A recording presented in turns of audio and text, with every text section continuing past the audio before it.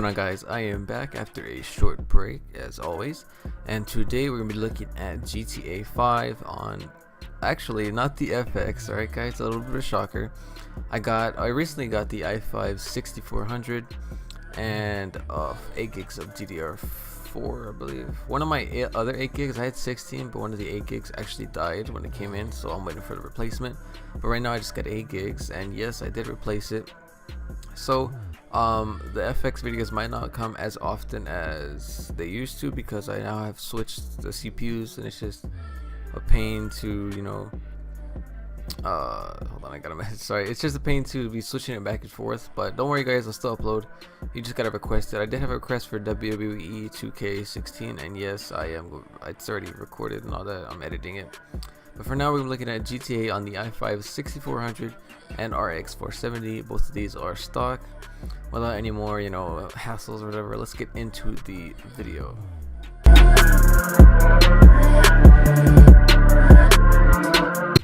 Alright guys, for the story mode, I have everything on very high/high. It's basically very high textures, very high shadows, and then everything else is high, along with the reflections on very high and water on very high, and 2x MSAA with no advanced video. Like it's just the basics. So the average frame rate was 72. Now in the video you might see it a little bit lower. It's because when you are recording with this CPU, it does max it out a little bit. It's in the 90s, so it does lose a little bit of frames while you're recording. But when you're just playing by yourself, you're not recording, you're streaming, you'll be getting in the 70s.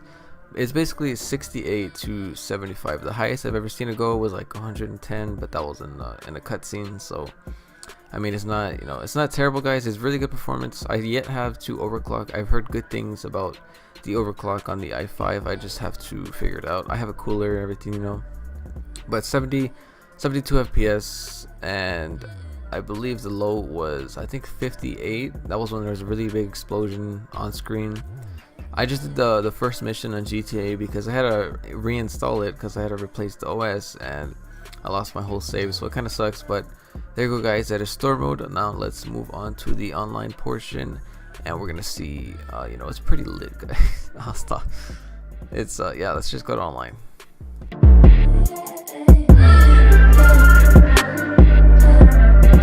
Alright guys, online mode, let's go. So the frame rate on online, also same settings as store mode. I don't know why you think they'd be different, but the same settings. Alright, the frame rate, the average was a little bit lower. It was 65 to 70. That was the average, and the actual, like, the solid number for average was 65.3, but it ranges from 60 to 75. The highest I've seen it go was about 80. And yes, again, the frame rate is lower than it is when I'm not recording.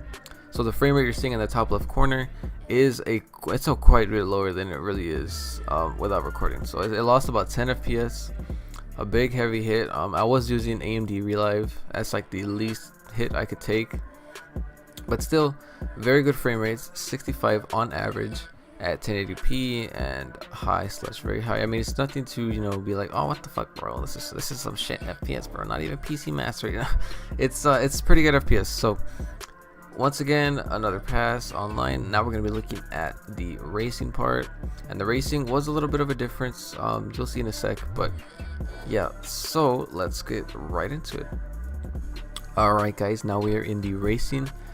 I had a full lobby, 16 players. The guy said 4 laps. Honestly, that was the longest race I've raced in a while. Fucking 4 laps too, and he rammed, so it was freaking annoying. But the average frame rate was 62.3. Alright guys, 62.3 was the average FPS for online racing.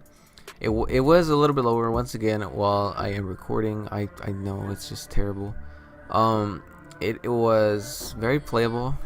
I mean, honestly, I had nothing to complain about while I was playing GTA. This is the reason I upgraded from the FX, because with the FX I'd get like anywhere from 30 to 60. The max I've ever seen it go on the FX was 65. But one thing I gotta say is the FX handled recording a lot better because it had more cores. This one only has 4 cores, which kind of sucks, but There you go, guys. That is GTA 5 on the i5 6400 and RX 470. Leave a like if you enjoyed, subscribe for more content. I'm gonna be doing a lot more benchmarks. I might do a full review of this CPU. I'm really enjoying it so far. But that is it, guys. Thank you for watching, and don't forget to subscribe. Peace.